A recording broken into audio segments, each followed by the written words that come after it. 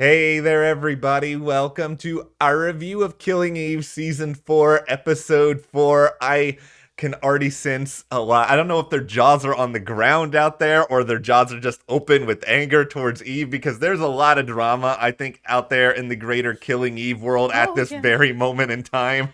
Everyone who's out there rooting for Villanelle and Eve to get together, this is not the episode for you. Okay. Ooh. Villanelle, I need you to just go back into the woods like you did in episode 2 and just start yelling because I did not see this coming with Eve and Helene, and I did. I really should have because this is sort of the way that this show moves around. But my mind is still a little bit blown by it, just from the standpoint of where is the end game gonna go here? Are they just manipulating each other? Do they think that they have the upper hand on each other because they really don't? Yep. Okay, well, we will get further into all the manipulations, the back and forth, everything that's going on with Carolyn, but of course, hit that subscribe button. We're here after every Killing Eve episode, breaking them down, trying to analyze some of the interesting character moments, so make sure you don't miss any of those. Also, follow us over on Instagram at Matt and Jess TV.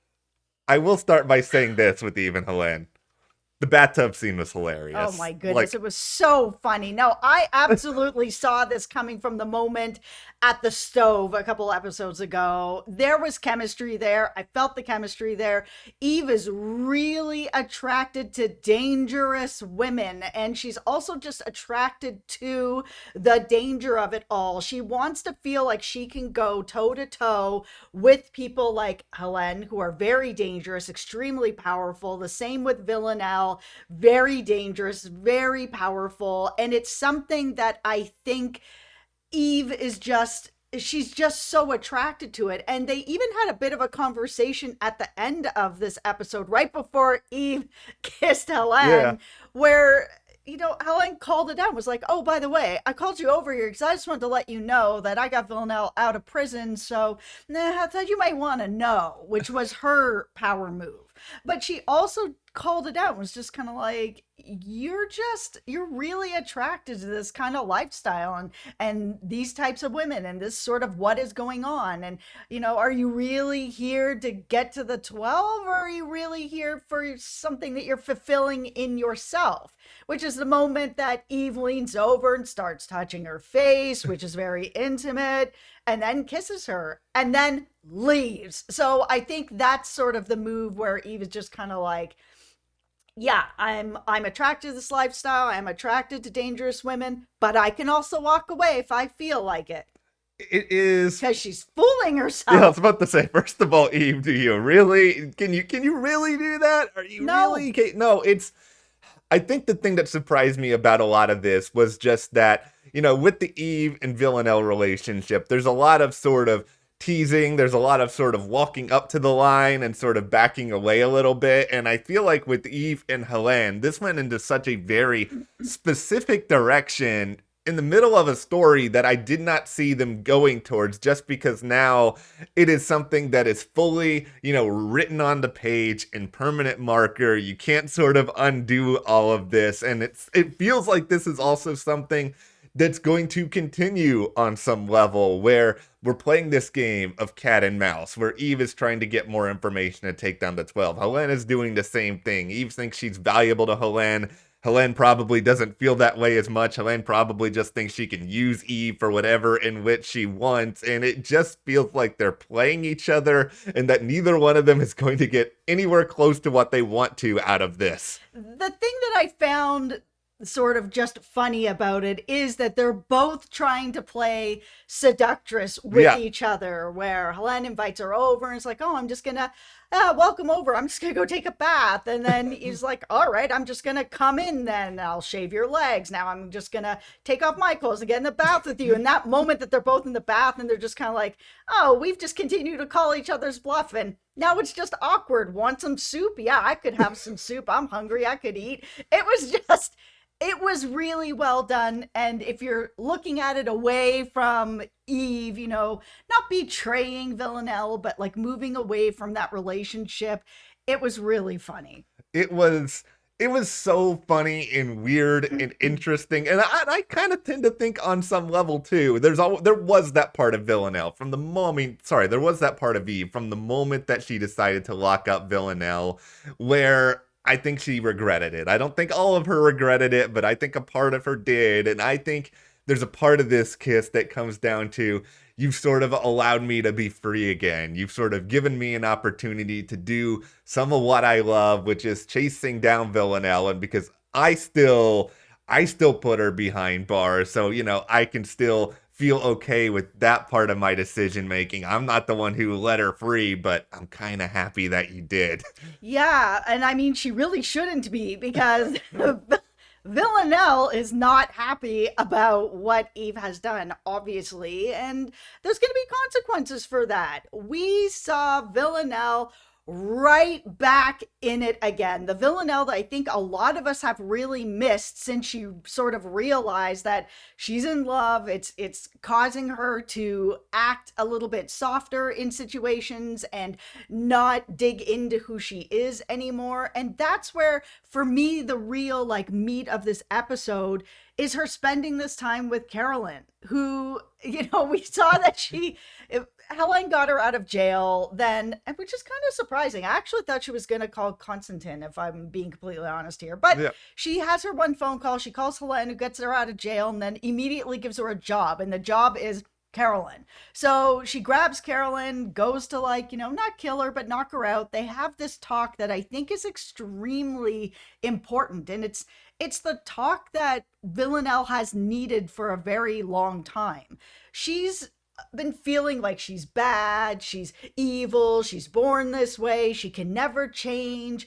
Where Carolyn has really given her listen, people are not all bad, they're not all good, people are people, just be good at what you're good at, and you're good at killing. That doesn't mean that you're a bad person, which I was just kind of like, okay, well, does it? Okay. But she's kind of like, just really focus in on what you're good at and be okay with who you are. There's nothing wrong with that.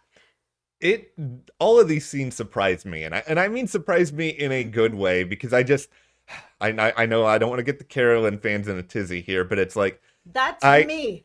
I didn't think Carolyn was capable of being this awesome as a character in a single episode. It's like Carolyn won me over with so much, and I love the Carolyn stuff in this episode. Though I will say, she got hit in the face with a wrench. Like, how was she okay in the As next? TV, Okay, I know, no, I know, it was but just whatever. But no, I loved everything with her and Villanelle. Them sitting down, them sharing a bite to eat with each other, Carolyn getting through to Villanelle and kind of letting her sort of understand more of who she can be, because I think Carolyn has kind of needed to figure this out for herself, like who she's okay with being throughout her yeah. life. Yeah, and I think that Villanelle can really.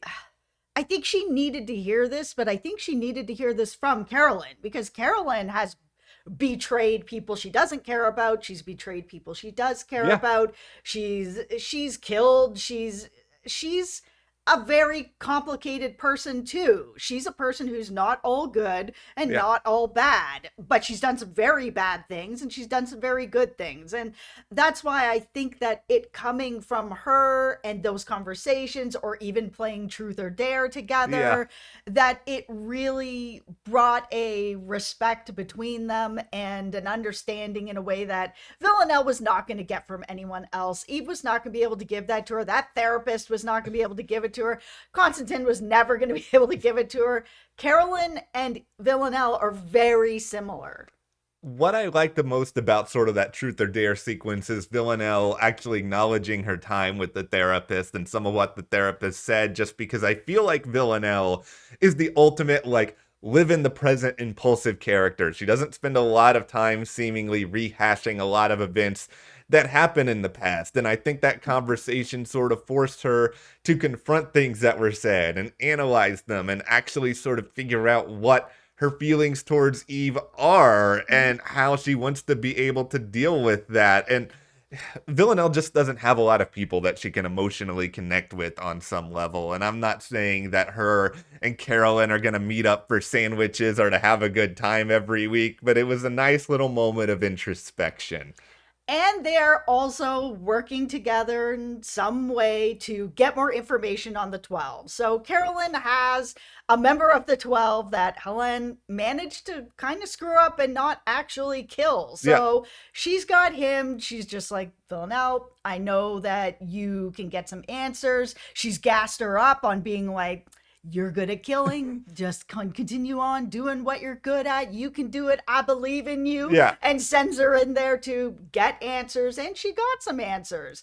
They got a place, not yeah. really names. And they showed up there and played their truth or dare, or whatever, while they were waiting for someone to show up. Lars shows up, sees Carolyn, runs. And of course, Carolyn's like, yeah, I used to be with him, because Carolyn's like, yeah, I used to have old flames all over the place. I've been with everybody. Good for you, Carolyn. Carolyn's just living her life. Yes, she is. This chase scene was really fun. I like the music behind it. I liked, Villanelle sort of getting the permission to go after him full speed.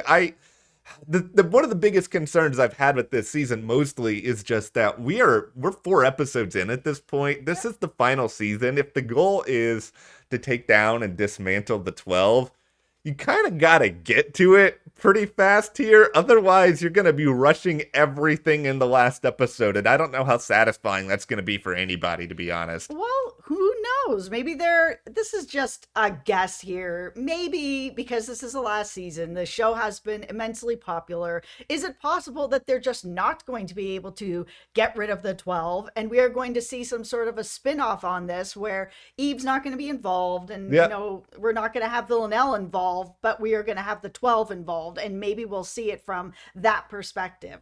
I'm just putting it out there in the universe. A 12 spin-off, I would watch that.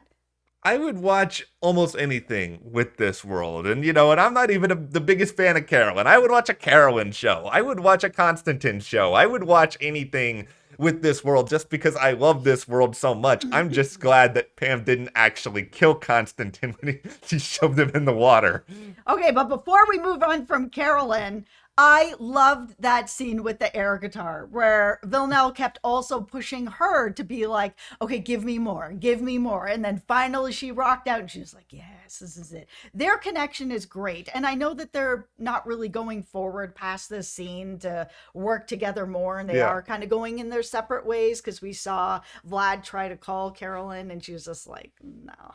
Good for you, Carolyn. Yeah. But no, the stuff with Pam was really good too. We saw that Constantine was trying to continue to train her and was like, oh, go push that woman in the water. And she's just like, no, why would she do? Well, she didn't do anything. Okay, well, I'm here to sort of take care of people who are doing bad things. I'm not here to push this woman I don't know who's done nothing into the water for no reason. Like, Pam feels like she wants to just be a little more calculated in her choices of why is she doing this. There has to be a reason behind it. It can't just be because she loves killing, because it doesn't feel like she's exactly that way.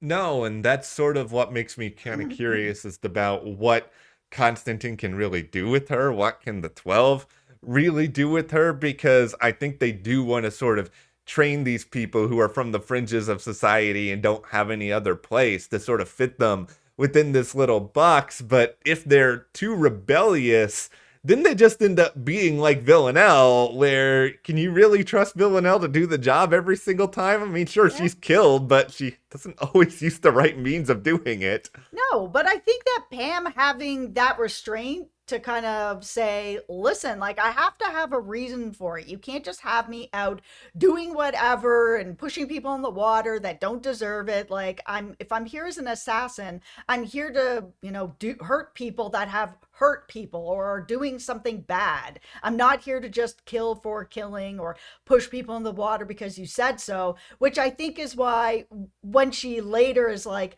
oh, I got mugged. Can you come help me, Constantine? And then pushes him in the water and he gets out and he's laughing. He's like, good, good. I think that he and the 12 can work a bit easier with Pam, because that's the way they'll be able to push her into doing stuff, because it is very much like, okay, this person did A, B, and C. Yeah. Oh, okay, they did this. Okay, cool. Now I'm on board.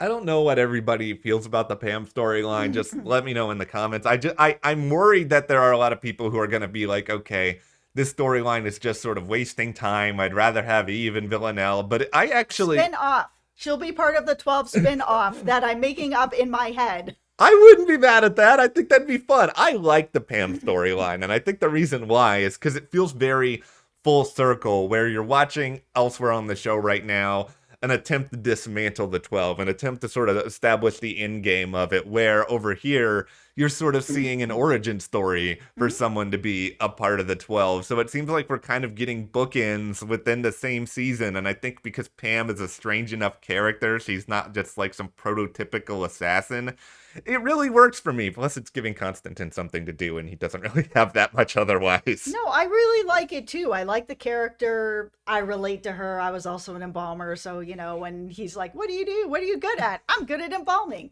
Me too. Yes. So it's just like I understand it's the last season, and it is all about sort of taking down the 12, but I like that it's showing that the 12 is still operating. They're operating just fine. They have someone new in Pam that they're training up. They are still going strong. Nothing has really been stopped. I just hope episode 5 progresses everything with Pam in a fun way. And of course, eventually gives us the Villanelle reaction to everything with Eve and Helene. Because right now, this is like at the top of my things I really need to see list. Yeah, I'm not going to lie. It hurt my heart a bit watching Eve kissing Helene. And then they did a cut to Villanelle. I was like, oh man, you guys know that you're hurting a lot of people out here. You're hurting our hearts. It was almost like they had programmed in a sensor in Villanelle's head when she knows that something is happening with Eve that she's not going to like, and they just kept splicing back and forth. Yeah. But of course, we will be back to discuss episode 5 in full, so hit that subscribe button so you don't miss that. Check out our Instagram at Matt and Jess TV. Thank you guys so much for watching, and we'll see you here next time.